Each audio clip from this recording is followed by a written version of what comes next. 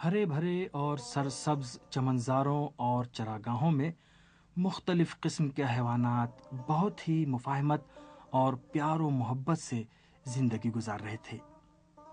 ایک دن ایک ظالم شیر نے اس پرسکون چمنزار کو اپنے قبضے میں لے لیا۔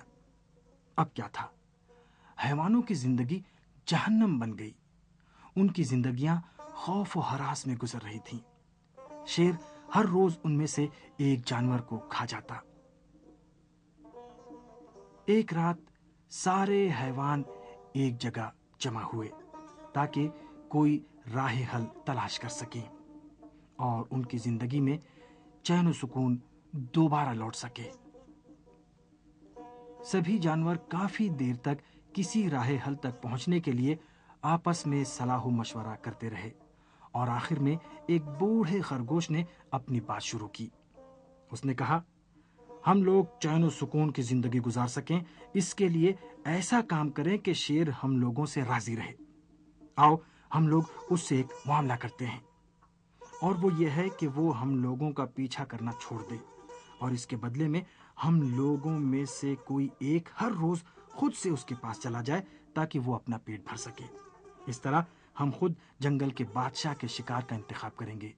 وہ شیر کے پاس چلا جائے گا۔ سبھی جانوروں نے اس بوڑھے خرگوش کی تجویز مان لی، اور ان میں جو زیادہ سمجھدار تھے وہ مذاکرات کے لیے شیر کے پاس اس کی کچھار میں پہنچ گئے اور اس سے کہا، اے بادشاہ، ہم لوگوں نے یہ فیصلہ کیا ہے کہ ہم میں سے کوئی ایک ہر روز خود آپ کے پاس آ جائے گا تاکہ اعلیٰ حضرت کو ہمارا شکار کرنے میں زحمت نہ ہو۔ شیر نے کہا، ٹھیک ہے، مجھے تم لوگوں کی بات منظور ہے، مگر اس سے تم لوگوں کو کیا فائدہ ہوگا؟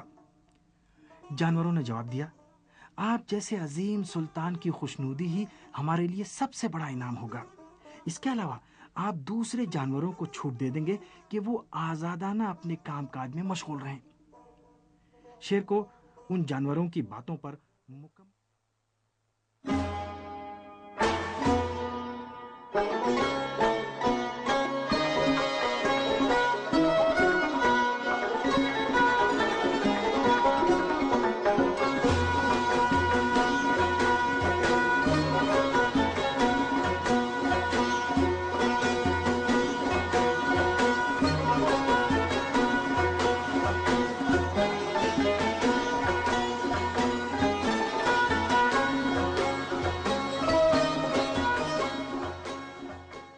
ایک جانور ہر روز خود سے وقت پر میرے پاس آ جائے گا تو میں بھی اپنے وعدے کا پکا رہوں گا، ورنہ تم لوگوں کو ایسا مزہ چکاؤں گا کہ جس کے بارے میں تم سوچ بھی نہیں سکتے۔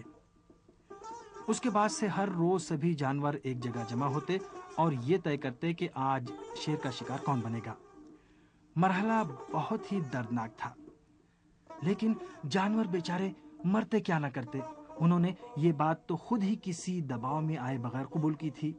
ہر روز ایک جانور شیر کی کچھار میں جاتا اور شیر اس کو اپنا نوالا بناتا۔ ایک دن ایک جوان خرگوش کی باری آئی جو بہت ہی چالاک اور ساتھ ہی دلیر بھی تھا۔ اس نے شیر کا شکار بننے سے انکار کر دیا۔ یہ سننا تھا کہ سبھی جانور اس کی سرزنش کرنے لگے اور کہنے لگے، اگر تم نہیں گئے تو تم نہیں جانتے کون سی بلا ہم لوگوں کے سروں پر آ جائے گی۔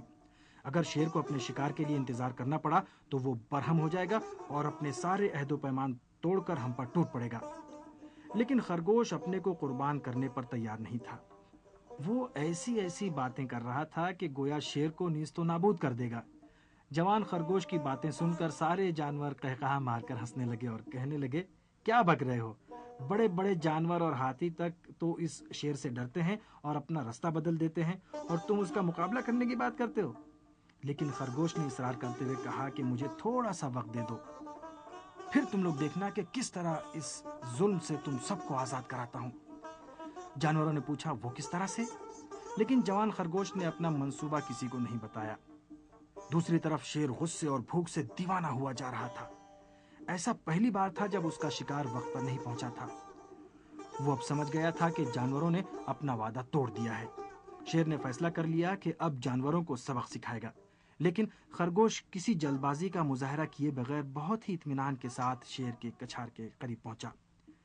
جیسے ہی شیر نے خرگوش کو دیکھا، غصے میں بولا،